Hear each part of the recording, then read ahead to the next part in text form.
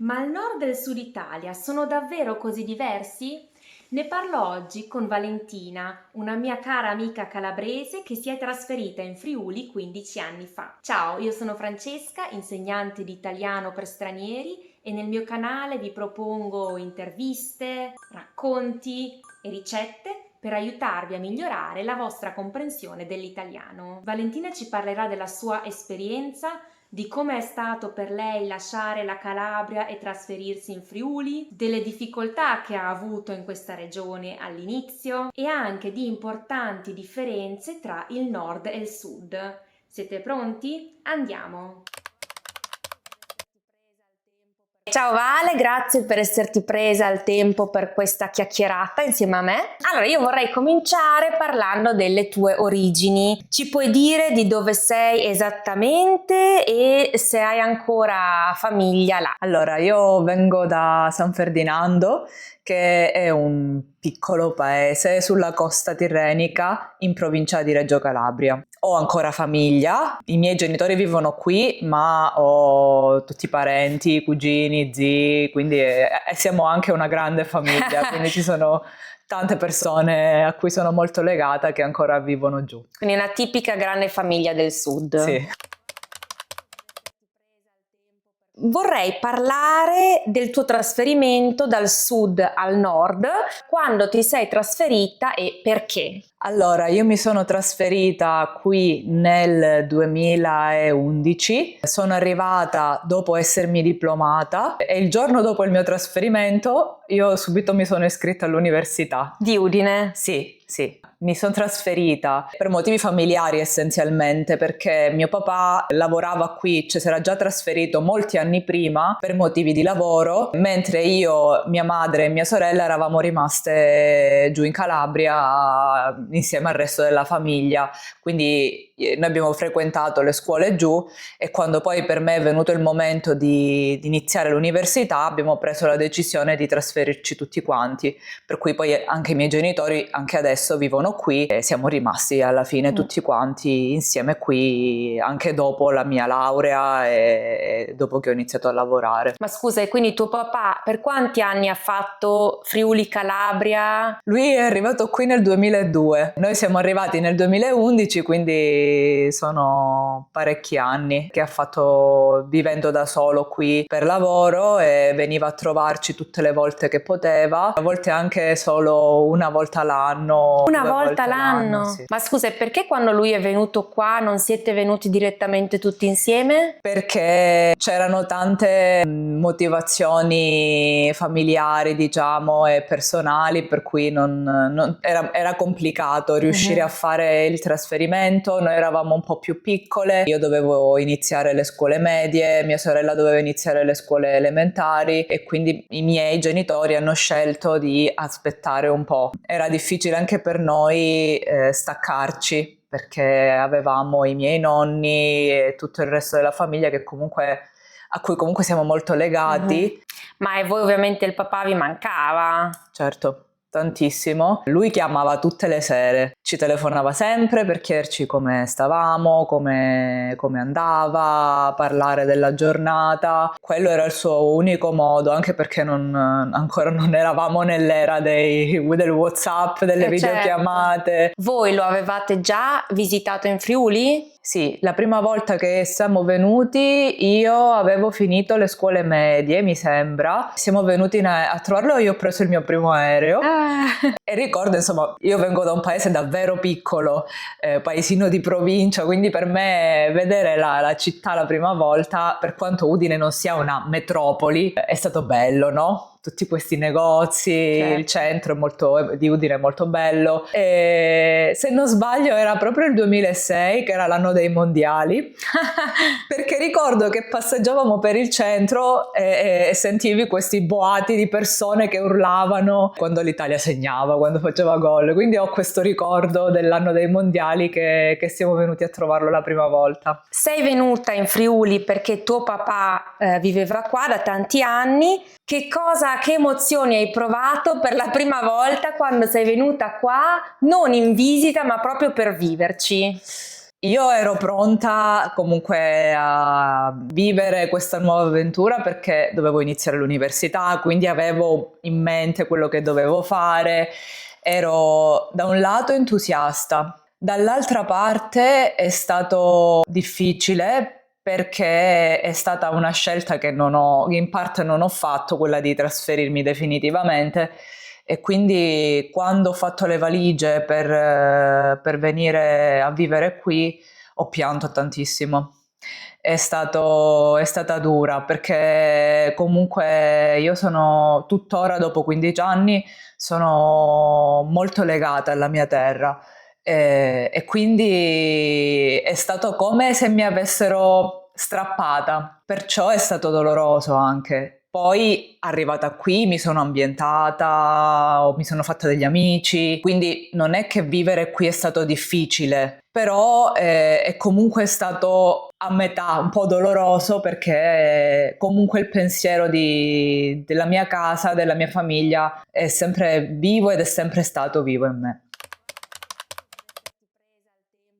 Quindi parliamo un po' del tuo primo impatto con il Friuli, perché il Friuli e la Calabria non potrebbero essere più opposti. Com'è stato il tuo arrivo? Cosa ti è piaciuto e cosa invece non ti è proprio piaciuto? Partiamo dal fatto che io vengo da un paese che è sul mare, cioè da casa mia si vedeva il mare e dal mio paese, dalla spiaggia del mio paese si vede la Sicilia, quindi c'è abbiamo dei tramonti, mozzafiato e comunque quando si vive una vita sul mare, comunque trasferirsi in città, perché io mi sono trasferita proprio a Udine, nel mio caso è stata dura perché per me svegliarmi e affacciarmi dalla finestra e non vedere il mare era davvero brutto. E quindi questa è stata una cosa che è un impatto un po' negativo e poi è stato negativo il fatto che il Friuli Venezia Giulia è noto per essere una regione italiana molto piovosa, per cui poteva piovere anche per un mese, mentre io ero abituata a un posto in cui comunque durante l'anno c'è molto sole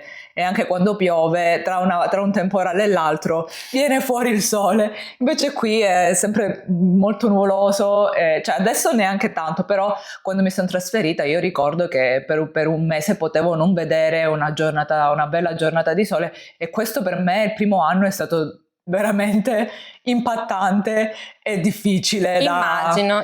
da sopportare, da accettare, diciamo. Invece l'impatto positivo è stato che ovviamente mi sono trovata in un ambiente in cui avevo tutto a portata di mano. Friuli Venezia Giulia è una regione che funziona molto bene, che ha dei servizi molto funzionanti, cioè non so, per qualsiasi esigenza comunque hai la soluzione. Quando vivi in un piccolo paese del sud, tante cose ti mancano. Ecco. Ma ad esempio? Ma non so, non parlo dei mezzi di trasporto perché chiaramente in paese ti sposti a piedi, in 20 minuti sei andato da una parte all'altra del paese, però per esempio noi abbiamo grandi difficoltà con i servizi sanitari, per esempio abbiamo bisogno, non so, di assistenza, è tutto difficile. È tutto distante? È tutto distante, ma al di là della distanza, cioè anche non so, andare in ospedale non è come qui, cioè è più difficile ricevere assistenza, tra virgolette. Diciamo che purtroppo i servizi funzionano molto male in Calabria. Poi il Friuli Venezia Giulia è una regione a statuto autonomo, a statuto speciale, perciò offre proprio in generale più servizi per le famiglie rispetto alla Calabria. Cioè se io ho un problema è più facile qui risolverlo e risolverlo in tempi più rapidi. Dato che abbiamo iniziato un po' questo confronto tra nord e sud, continuiamo su questa scia e vorrei che mi spiegassi altri aspetti che sono un po' critici del sud e che anche spiegano il perché molte persone dal sud si trasferiscono al nord. Il motivo per cui tante persone dal sud si trasferiscono al nord, soprattutto io parlo della Calabria perché è la mia regione, è la difficoltà nel trovare un lavoro stabile e ben retribuito, quindi ben pagato. Questo ovviamente non consente a una famiglia di poter sopravvivere o comunque di poter vivere bene, ecco, perché sopravvivere si sopravvive, un lavoro lo si trova, però non lo si fa, cioè non lo si fa come si vuole, non lo si fa in maniera dignitosa. Perciò ci sono tanti giovani che appunto quando finiscono la scuola come me, non è il mio caso perché io non ho scelto, ma molti scelgono di fare la valigia e partire. Difatti la Calabria è una regione che si sta spopolando proprio perché ci sono tanti giovani che prendono e vanno via proprio in cerca di opportunità migliori e di un lavoro più dignitoso e di una realtà che offre loro anche dei servizi che funzionano, ecco. Ma senti, le persone che invece decidono di rimanere al sud e hanno anche una famiglia numerosa, come supportano la famiglia? Mi fai una domanda difficile perché, non so, nel caso della mia famiglia, i miei parenti sono riusciti in qualche modo a trovare un lavoro, sia le mogli che i mariti lavorano e riescono, alcuni di loro lavorano nel pubblico, altri sono riusciti a trovare un lavoro nelle poche realtà, perché ci sono delle realtà che funzionano, che offrono un buon lavoro, però sono troppo poche rispetto alla vastità, diciamo all'estensione del territorio. E quindi chi ha la fortuna di trovare lavoro in queste realtà comunque ce la fa a sopravvivere tranquillamente, oppure chi riesce a ottenere un impiego pubblico, che ne so, il carabiniere, l'insegnante, il funzionario pubblico, l'impiegato per Trenitalia, ok, Ferrovie dello Stato. Se riesci hai modo di vivere tranquillamente e vivi anche molto bene. Però il rapporto rispetto al resto del territorio è troppo sbilanciato e quindi tanta gente alla fine fa fatica e decide di andare. Quindi non è che non ci sia assolutamente modo di vivere in Calabria, però è difficile perché rispetto per esempio a una regione come il Friuli o come il Veneto, in Calabria questo è molto difficile. Comunque anche da quello che mi pare di capire, al sud le famiglie si supportano molto a vicenda, sì. Quindi non è che si vive isolati, bensì la famiglia è proprio una struttura importante nella società, sì, per andare avanti. Sì, ci si aiuta tanto, proprio sono, che so, i figli con i genitori, i nonni, insomma è come un alveare in cui cercano di darsi manforte tutti quanti. E questo magari in situazioni difficili è un aiuto, però non può essere ciò su cui si basa il funzionamento di una società, nel senso che a livello emotivo va benissimo. Questa è una cosa che a me è mancata tanto quando poi mi sono trasferita, però allo stesso tempo non va bene perché non offre una stabilità nel lungo termine. Certo. Quindi rende tutto più difficile ed è il motivo per cui tanti ragazzi poi a un certo punto dicono io non posso vivere così, cioè io voglio un futuro migliore e vanno via. Sì. Facciamo un resoconto di questi anni in Friuli. Ti senti a casa in Friuli? Dopo 15 anni? Sì, ormai è diventata la mia seconda casa. Lo conosco, l'ho girato, lo giro ancora e sì, ormai sì. Ok, bene, siamo contenti. Ti manca la Calabria e torneresti a vivere là? Mi manca ogni giorno. Anche questa è un'emozione soggettiva, però penso che la gran parte delle persone che va via si porta sempre dietro questo sasso, questo peso di non poter sempre essere lì a casa. E anche se sono passati 15 anni, quella nostalgia che provo è sempre immutata, è sempre uguale. Quindi sì, io ovviamente lavoro qui, vivo qui, perciò è difficile tornare sempre a casa. Però quando ho occasione cerco sempre di farlo perché per me è quasi terapeutico. Anche il mare ha su di me un effetto terapeutico. Quindi ho dei momenti in cui sento proprio il bisogno di andare a casa e stare un po' a casa con la mia famiglia e di vivere il mio paese, ecco. Ma torneresti a vivere là oppure no?